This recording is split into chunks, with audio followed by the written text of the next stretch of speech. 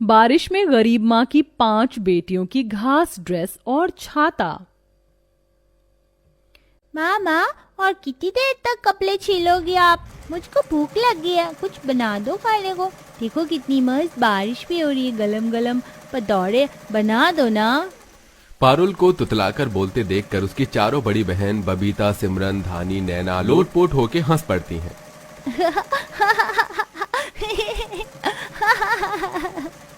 पारुल, अब तू पदोरी खाइयो और हम चारों माँ के हाथ के पकौड़े खाएंगे, तौतली खाएंगी। माँ देख तो ना, चारों दीदी मेरा मजाक उड़ा ली है। तभी करुणा सिलाई मशीन रोक कर कहती है, तुम चारों क्यों इसे सताती हो? ये मुझे तंग करेगी। मैं बहुत अर्जेंट कपड़े सिल रही हूँ, तभी तो 2-4 पैसे आएंगे, तो तुम्हारी ये गरीब माँ तुम पांचों की ख्वाहिश को पूरी कर पाएगी। ठीक है माँ, आप कपड़े सिलो, हम तंग नहीं करेंगे अब। मेरी समझदार बिटिया। फिर गरीब दर्जी वाली बहू जल्दी जल्दी कपड़े सिलने लगती है। तभी जोर जोर की बारिश शुरू हो जाती है और हुड्डा हाउस की मालकिन शीतल छाता लेकर आती है। ए भगवान, ये मॉनसून क्यों आता है? जहाँ देखो बरसात के चलते कीचड़ कीचड़ मच जाती है। करुणा, मेरे कपड़े रेडी हैं? जी शीतल जी, मैंने सिल दिया है, एक बार पहनकर देख लीजिए, अगर कुछ कमी लगे तो मैं ठीक कर दूंगी। इस छाते को कोने में टिका दीजिए, हवा लगकर सूख जाएगा। अरे नहीं नहीं, कोई 100-200 का छाता थोड़ी है जो जमीन में रख दूं, बहुत महंगा है, मेड इन लंदन है, लाख रुपए का है। छाते की कीमत सुनकर करुणा मायूसी से अपने कच्चे मकान को तो कभी अपनी 5 बेटियों की शक्ल को देखने लग जाती है। सचमुच अमीर लोगों के लिए शौक बड़ी चीज है, और एक मैं गरीब माँ हूँ जो इतनी मेहनत जतन करके भी अपनी बेटियों को ना तो ढंग का खिला पाती हूँ और ना अच्छे कपड़े दिला पाती हूँ। इन्हें फटे कपड़ों में देखकर मेरा कलेजा कितना कचोटता है। ये लो तुम्हारी सिलाई के पैसे। ये क्या दे रही हैं शीतल जी? बस 200 रुपए। एक डिजाइन वाले ब्लाउज सिलने का रेट 500 रुपए है। 500, 200 तो सादा ब्लाउज का भी रेट नहीं है। अरे तो तू भी तो कौन सा अलग से टेलर की दुकान डालकर बैठी है? खंडर सा तो मकान है तेरा, कोई आता भी नहीं है। मैंने तो इसीलिए तरस खाकर कपड़ा सिलवा लिया कि गरीब औरत है, ऊपर से 5 बेटियां हैं, तो 2-4 पैसे कमा लेगी। ज्यादा झिकझिक करना ठीक नहीं होगा। वैसे ही बरसात के मौसम के चलते महेश जी का काम पहले ही नहीं चल रहा है। फिलहाल सिलाई के काम से खर्चा पानी निकल रहा है। ऐसा सोचकर गरीब करुणा कस्टमर का दिया कम पैसा ले लेती है। उसके जाते ही पारुल, सिमरन, नैना बोलती हैं, माँ, आज तो आपको पैसे मिले हैं, थोड़ी आलू गोभी वाले पकौड़े बना लो। नहीं माँ, पहले मुझको छाता ला दो, मुझे बारिश में भी भीग भीग कर स्कूल जाना पड़ता है, छाता चाहिए। बेटिया, अभी तो इतने से पैसे हैं, घर में राशन पानी खत्म है, वो लाना है, थोड़े दिन रुक जा। पर माँ, तुमने वादा किया था इस बार छाता दिलाओगी। पता है अमीर लोगों के बच्चे रेनकोट पहन कर आते हैं, पता नहीं हम कैसे भूखे नंगे गरीब के घर में पैदा हो गई। ना हमारे पास अच्छा खाने को है, ना अच्छे कपड़े पहनने को है, और ना रहने को अच्छा घर है। ये सुनकर करुणा का दिल टूट जाता है, उसकी आंख में से आंसू छलक जाते हैं। तभी बबीता, जो कि अपनी माँ के दुख तकलीफ को सबसे ज्यादा समझती थी, उसने कहा, ऐसा नहीं कहते नैना, माँ इतनी मेहनत किसके लिए करती है? हमारे लिए। बस अभी हमारे हालात खराब चल रहे हैं, माँ से माफी मांगो। माँ मुझको माफ कर दो। कोई बात नहीं मेरा बच्चा। अच्छा, आज पैसे मिले हैं ना, मैं पकौड़ी वाली कढ़ी चावल बनाती हूँ, मैं राशन लेकर आती हूँ। जैसे ही वो झोपड़ी के बाहर आती है तो पूरे आंगन में पत्ते पत्ते बिखरे थे। उसकी छोटी सी फुलवारी भी थी जिसमें तरह तरह के रंग बिरंगे फूल खिले हुए थे, जिसका वो गरीब माँ अपनी 5 बेटियों के समान ख्याल रखती थी। अरे वाह, मेरी फुलवारी कितनी प्यारी लग रही है, मगर बारिश से पत्ते भर गए हैं, साफ कर देती हूँ। सफाई करके वो सामान लाकर खाना बनाकर 5 को परोस कर देती है। वाह माँ, क्या लाजवाब कढ़ी पकौड़ा बनाया है आपने, मजा आ गया। धानी, हमारी माँ है ही इतनी टैलेंटेड, उन्हें टेलर का काम भी आता है, और बारिश के मौसम में तो माँ के हाथों का मस्त कढ़ी चावल खाकर मजा आ जाता है। ऐसे ही दिन बीतते हैं। मानसून के चलते रोज रोज ही मूसलाधार बारिश पड़ती है। जहाँ सबके बच्चे रेनकोट और छाता लेकर स्कूल जाते, वो 5 पन्नी ओढ़कर पहुंचती, जहाँ अमीर टीचर उन्हें दरवाजे पर रोक देती है। तुम 5 क्लासरूम में नहीं बैठ सकती। लेकिन क्यों मैडम जी, हम तो लेट भी नहीं आए हैं, टाइम से आए हैं। मैंने लास्ट टाइम भी कहा था छाता लेकर आने को, मगर तुम इतनी ढीठ हो, सुनती नहीं हो। Now get out.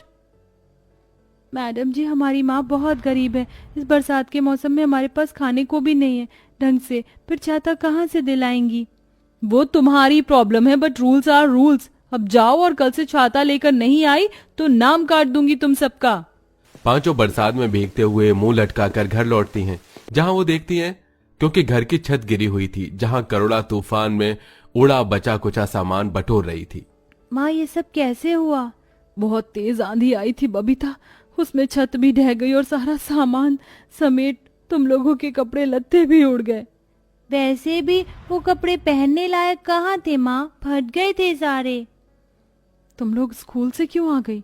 माँ, मास्टर जी ने हमें भगा दिया और छता लेकर आने को कहा है।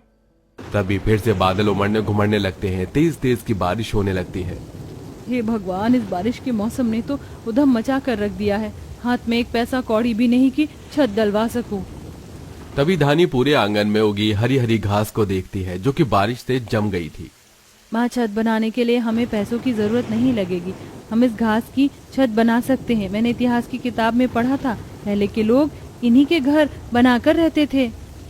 तो फिर देर किस बात की है, चलो हम सब माँ के साथ मिलकर घर तैयार करवाते हैं। तीन बहनें बरसात में भीगते हुए घास इकट्ठा करती हैं, तो दो बड़ी बेटियां छत बनवाती हैं। कड़े संघर्ष के बाद उनका घर तैयार हो जाता है। सब घास घर के अंदर आकर बैठ जाते हैं, लेकिन अब उस गरीब माँ को अपनी 5 बेटियों के भविष्य की चिंता सता रही थी। माँ, तुम परेशान क्यों हो? अब तो घर भी ठीक हो गया है, फिर तुम किस बात की चिंता कर रही हो? तुम्हारी पढ़ाई लिखाई की, मुझे तुम्हारे लिए छाता बनाना होगा। बहुत भागा दौड़ी के बाद तो तुम सबका नाम लिखा है स्कूल में। तो फिर जैसे आपने घास वाला घर बनाया, हमारे लिए घास की छतरी बना दो माँ। अपनी 5वीं बेटी पारुल की बात करुणा को समझ आ जाती है। वो ढेर सारी चौड़ी घास इकट्ठा करती है और नदी घाट पर से छाते की डंडी बनाने के लिए सरकंडे भी ले आती है और दिमाग लगाकर घास वाला मजबूत सा 5 छाता बनाती है और उन पर ऊपर से पन्नी भी चढ़ा देती है। ये लो तुम 5 का छाता, मैंने इस पर पन्नी लगा दी है, इसमें से बारिश का पानी अंदर नहीं आएगा। अरे वाह माँ, आपने तो कितना प्यारा घास वाला छाता बनाया है। हाँ, ये तो एकदम वाटरप्रूफ छाते के जैसा है, इसमें पानी भी नहीं आता। कल से हम अपना घास का अनोखा छाता लेकर जाएंगे स्कूल और सबको दिखाएंगे। अपनी गरीब माँ के बनाए घास के छाते को देखकर 5 बेटियां बहुत ही ज्यादा खुश होती हैं और छाता लेके बारिश में नाचने लगती हैं। तभी सिमरन की फ्रॉक उसकी नोक से फट जाती है। अरे नहीं, मेरा कपड़ा तो फट गया, अब मैं क्या पहनूंगी माँ? ला दिखा, मैं ठीक कर दूंगी बेटी। हे भगवान, ये कपड़ा तो बुरी तरह से फट गया है, सिलने लायक भी नहीं बचा। ऐसी हालत में करुणा दुविधा में आ जाती है। तभी वो कुछ सोच कर बोलती है, अरे हाँ, मुझे तो सिलाई करना आता है, क्यों ना मैं इस घास से अपनी 5 बेटियों के लिए ड्रेस बनाऊं। कोई और दूसरा चारा समझ में न आने पर करुणा अपनी बेटियों के लिए घास की ड्रेस बनाने की सोचती है। वो खूब घास और अलग अलग रंग की पत्तियां इकट्ठा करके ड्रेस सिलने बैठ जाती है और सबसे पहले एक ड्रेस तैयार करती है। ये घास वाला ड्रेस कुछ फीका फीका सा लग रहा है, अगर मैं इनमें फूल लगाकर सजा दूं तो कितने अच्छे लगेंगे। वो आंगन से फूल तोड़कर लाती है और घास वाली ड्रेस में सेट कर देती है, जिससे उसकी शोभा बढ़ जाती है और 5 अलग अलग डिजाइन वाली ड्रेस सिलकर 5 को देती है, जिसे पहनकर वो बहुत खुश थी। माँ, तुमने कितनी प्यारी घास की ड्रेस सिली है, बताओ कैसी लग रही है हम पर? 5 को छलछलाई आंखों से देखकर उस गरीब माँ ने कहा, एकदम मोरनी के जैसी लग रही हो तुम 5, बहुत सुंदर लग रही हो। माँ, तुम ना ऐसी घास वाली और भी ड्रेस बनाकर बाहर टांग दो, फिर देखते हैं हमारे घास के कपड़े सिलने के लिए लोगों की लाइन लग जाएगी, हम घूम कर आते हैं। 5 बारिश में अपनी घास वाली ड्रेस पहनकर बाहर निकलती हैं, जहां सब देखते रह जाते हैं। उधर करुणा साड़ी सूट बनाकर शो पीस में लगा देती है, जिसे लुभाकर बहुत सी औरत हरे रंग की ड्रेस बनवाने के लिए अड़ोस पड़ोस में से निकल कर आती हैं और कोई घास का सूट तो कोई घास की साड़ी ब्लाउज सिलने का ऑर्डर दे जाती है।